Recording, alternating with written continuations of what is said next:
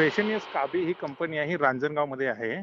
त्या कंपनीच्या कामगारांनी आमचं सभासदत्व स्वीकारलंय. सन्माननीय राजसाहेबांवर विश्वास ठेवून त्यांनी महाराष्ट्रामध्ये मला कामगार संघाचे सभासद झाले आहेत. बरोबर. त्यांच्यावर बोलणी करायला आम्ही 4-5 वेळा गेलो. कंपनीचं आडमुठ धोरण आहे, की आम्ही तुमच्याशी बोलणार नाही. कामगारांवर अत्याचार चालू आहे. कामगारांना कामावरून काढण्याचं चालू आहे. म्हणजे कुठल्याच गोष्टींना ते प्रतिसाद देत नव्हते. मग आज आम्ही मनसे पद्धतीने त्यांना जो काय धडा शिकवला तो शिकवला. अच्छा, तर यापुढचं काय तुमची कारवाई असणार आहे? आज तर तुम्ही त्या ठिकाणी खळखटाक केलाय का? काय ते ते बोलले, तयार झाले बोलायला तर ठीक आहे ना, तर परत पुढची एक पद्धत आहेच. कारण का त्या लोकांना निवेदन देऊन जर समजत नसेल तर मग आता हीच पद्धत मला वाटतं सगळीकडे पूर्ण महाराष्ट्रातील कंपन्यांना अवलंबली पाहिजे.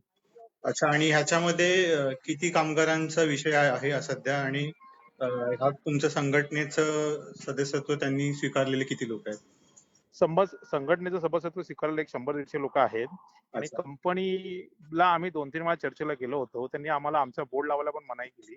अच्छा. तर कामगार कायद्यामध्ये बोर्ड लावणं हा आमचा अधिकारच आहे. म्हणजे बरोबर. आडमुठ ही कंपनी आहे. ह्या आडमुठ कंपनीला असं धडा शिकवला पाहिजे. त्याशिवाय ह्या पुण्यामधल्या, रायगडमधल्या, नाशिकमधल्या सगळ्या ज्या कंपन्या आहेत ह्या सरळ सुतासारख्या होणार नाहीत. आणि अच्छा. ज्या ज्या कंपनीने सन्माननीय राजसाहेबांवर विश्वास ठेवून सभासदत्व स्वीकारलंय त्या प्रत्येक कंपनीमध्ये आम्ही कामगारांना न्याय दिल्याशिवाय राहणार नाही. बरोबर. तुम्ही कायदेशीर दृष्टीने काही गोष्टी केल्यात का?